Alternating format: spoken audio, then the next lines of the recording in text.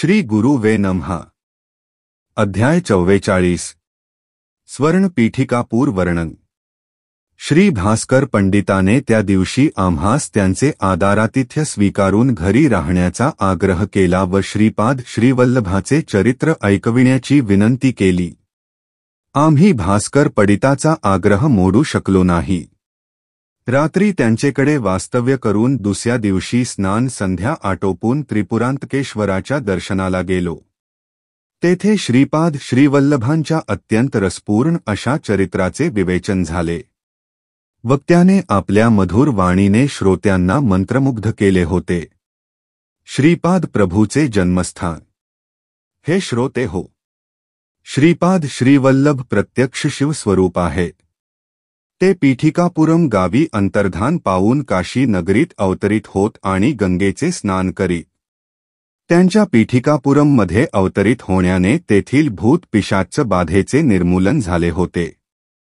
पीठिकापुरम मधील त्यांच्या जन्मस्थळाची भूमी चैतन्यमय झाली होती। भविष्यात काही शतकानंतर त्यांच्या जन्मस्थळी निर्माण होणाऱ्या महासंस्थानात त्यांच्या दिव्य पादुकांची प्रतिस्थापना होईल। तेथील भूमी जागृत होऊन क्रमाक्रमाने आजूबाजूच्या भूमंडलास जागृत करील। तेथील जनसमुदाय पीठापुरमच्या परिसरातील दिव्याकर्षणाने आकर्षित होतील। ज्या ज्या ठिकाणी श्रीपाद श्रीवल्लभांनी संचार केला आणि ज्या ज्या ठिकाणी ते संचार करतील त्या त्या प्रदेशात कळत जागृतीचा प्रभाव दिसतो व तसा दैवी शक्तीचा अनुभव येतो। प्रत्येक मनुष्यात पृथ्वी तत्वस्ते। हे शब्द स्पर्शरूप रस गंध या तत्वांनी बनलेले असते। योग दृष्टीने पाहता ज्या शरीरात पृथ्वीतत्व असते ते श्रीपाद प्रभूच्या दिव्य करुणा भावामुळे पीठिकापुरम या क्षेत्री निश्चितपणे आकर्षित होतात। यावर मी प्रश्न केला, आर्यावर्तातील लोक त्यांच्यातील पृथ्वी तत्वाच्या जागृतीमुळे पीठिकापुरमला भौतिक रूपाने येतात का? सुवर्ण पीठिकापूर महिमा। श्रीपाद प्रभूंनी मंद हास्य केले आणि म्हणाले, तू विचारलेला प्रश्न योग्यच आहे। भौतिक दिसणाऱ्या पीठिकापुरम मध्ये एक सुवर्ण पीठिकापूर आहे। जितकी भौतिक पीठापुरमची व्याप्ती आहे तेवढीच सुवर्ण पीठिकापूरची सीमा आहे। सुवर्ण पीठिकापूर केवळ चैतन्याने निर्माण झाले आहे। वास्तविक पाहता साधकांमध्ये असलेल्या चैतन्याच्या संबंधित पदार्थ निर्माण होताना त्याला सुवर्ण पीठिकापुरात वास्तव्य करीत असल्यासारखे वाटते। या सुवर्ण पीठिकापुरातील चैतन्यामुळे हजारो दिव्य किरणांची आभा निर्माण होते। योगी, तपस्वी, महापुरुष या सुवर्ण पीठिकापुरात राहण्यासाठी उत्सुक असतात। परंतु हे दिव्य पुरुष आपल्या सामान्य दृष्टीला अगोचर असतात। सुवर्ण पीठिकापूर केवळ योग चक्षु ज्ञान चक्षु असलेल्या साधकांनाच गोचर असते। काशीतील पंचकोश यात्रा विशेष। सुवर्ण पीठिकापुराप्रमाणेच सुवर्ण काशी नावाचे एक दिव्य क्षेत्र आहे। ते भौतिक काशीच्या विस्तारा एवढेच आहे। सुवर्ण काशी चैतन्यमय पदार्थांनी निर्मित आहे। काशी यात्रा गमिष्यामि तत्रैव निवसाम्यहम् इति ब्रुवाणस्तत काशीवास फल लभेत असे शास्त्र वचन आहे। मी काशीला जात आहे आणि तेथेच राहण्याचा विचार आहे असे सत्य म्हणणाऱ्या लोकांना सुद्धा काशीवासाचे फल प्राप्त होते। सुवर्ण काशीत निवास करण्यासाठी आणि काशी विश्वेश्वराच्या दर्शनासाठी प्रत्येकाने त्यांचे निरंतर मोठ्या श्रद्धाभावाने चिंतन केले पाहिजे। तुझ्या अन्नमय कोशाच्या संबंधित एक भौतिक पीठिकापूर आहे तसेच एक भौतिक काशी सुद्धा आहे। प्राणमय कोशाच्या संबंधित एक भौतिक पीठिकापूर आहे तसेच एक भौतिक प्राणमय काशी सुद्धा आहे। मनोमय कोश, विज्ञानमय कोश आणि आनंदमय कोश या प्रत्येक कोशाच्या संबंधाने एक एक पीठिकापूर व काशी आहे। या आनंदमय पीठिकापुरमलाच सुवर्ण पीठिकापूर असे म्हणतात। तसेच या आनंदमय काशीलाच सुवर्ण काशी असे म्हणतात। या वक्तव्यावर मी म्हणालो, महोदया, मी अल्पज्ञ आहे। कृपा करून माझ्यावर अनुग्रह करा आणि या विषयाचे सुबोध विवेचन करून सांगा। काही लोक काशीतील पंचक्रोश यात्रेच्या फलाबद्दल सांगतात, ती यात्रा कोणती? माझ्या प्रश्नाचे समाधान करण्यासाठी श्री भास्कर पंडित म्हणाले, बाळा, पंचक्रोश यात्रा म्हणजे भौतिक यात्रा असते. वास्तविक पाहता आपण करावयाची असते ती यात्रा अन्नमय, प्राणमय, मनोमय, विज्ञानमय आणि आनंदमय कोश म्हणविली जाणारी ही पंचक्रोश यात्रा ही आपण चैतन्य रूपानेच करायची असते. हेच या पंचक्रोशमय यात्रेचे गूढमय दैवरहस्य आहे. श्रीपादांच्या अनुग्रहामुळेच साधकाला पंचक्रोश यात्रा करण्याचे सामर्थ्य प्राप्त होते. त्यामुळेच पंचभूतांशी संबंधित पंचमहायज्ञ श्रीपाद प्रभूच्या योगशक्तीने सिद्ध होतात. या पंचमहायज्ञाचे प्रतीक म्हणून कुरुगड्डीजवळ पंचदेव पहाड सुशोभित केलेला आहे. दैव रहस्याचे अनुष्ठान ज्यांनी केले, ज्यांची योगदृष्टी आहे अशा साधकालाच हे सर्व आकलन होते. इतर सर्वसामान्य मानवांना त्याबद्दल काहीच बोध होत नाही. श्रीपाद प्रभूंनी काशीत गंगास्नान केले तेव्हा गो माता प्रत्यक्ष प्रगट झाली आणि तिने श्रीपाद प्रभूंना रोज गंगा स्नान करण्याची प्रार्थना केली. त्यावेळी श्रीपादांनी मी दररोज गंगेत स्नान करीन असा वर दिला. यामुळेच गंगामातेचे चैतन्य सुद्धा पंचक्रोशात सामावलेले आहे. तसेच गंगामातेचे वास्तव्य पंचक्रोशात आहे. यावर मी म्हणालो, महाराज, गंगामाता जलस्वरूप असते ना, ती पंचकोशात कशी असेल? मला हे समजत नाही. यावर हसून भास्कर पंडित म्हणाले, बाळा, देवता या मंत्रस्वरूप असतात. त्या भौतिक स्वरूपात नसतात. मंत्रस्वरूप म्हणजे शब्दब्रह्माचे शक्तिरूप होय. गंगामाता ही शक्ती देवता आहे. चैतन्य स्वरूप असलेली ही देवता असा याचा अर्थ आहे. ती भौतिक स्वरूपातील गंगांदी ही तादात्म्य स्थितीतील अभिमान देवता आणि चैतन्य स्वरूपातील देवता आहे. त्याचप्रमाणे सूर्यदेवता, चैतन्य स्वरूप, जे सृष्टीत दिसतात ते सूर्य खगोलात तादात्म्य स्थितीतील चैतन्यरूप देवता असतात. हे धर्मसूक्ष्म गूढ असलेले दिव्य रहस्य तुला आता चांगले समजले असेल. प्रत्येक मानवात जलतत्व असते. त्याच्या शुद्धीकरणासाठी जलयन करण्याचा संकल्प करतात. त्यासाठी ते दररोज काशीतील गंगा स्नानास जातात. या योग प्रक्रियेमुळे भौतिक रूपात असलेल्या जलवासनेला पवित्रता येते. पवित्र अशा नद्या आपल्या अतिपवित्र जलांनी मानवांचे मालिन्य दूर करून त्यांना पवित्रता प्रदान करतात. गंगा, गोदावरी यासारख्या महानद्या पापी मानवांनी केलेल्या त्यांच्यातील स्नानाने अपवित्र होतात. या नद्यांमध्ये जेव्हा चैतन्यस्वरूप महापुरुष आणि पुण्यात्मे स्नान करतात तेव्हा या महानद्या पूर्ववत पवित्र होतात. जलयन करण्याचा अर्थ म्हणजे जीवराशींच्या शरीरात जलस्वरूप आणि जलतत्वांचेच शुद्धीकरण असते. श्रीपाद श्रीवल्लभ सार्वभौम आहेत. केवळ एका आदेशाने कोट्यानी कोटी ब्रह्मांडांची रचना, रक्षण आणि विलय करणारे असे महान त्रिमूर्ती स्वरूप दत्त प्रभूच आहेत.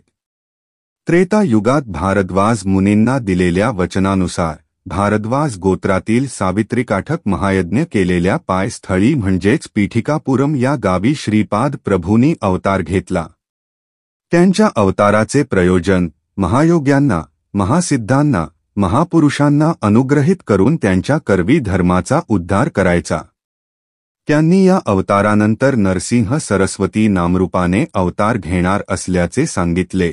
या दिव्य वचनावर जे कोणी अविश्वास दाखवतील त्यांना आणि श्रीपाद प्रभूच्या अवताराची जे अवहेलना करतील त्यांना पिशाच्च योनी प्राप्त होईल. ते बलहीन आणि अत्यंत हीन दीन अवस्थेस प्राप्त होऊन नरक यातना भोगतील.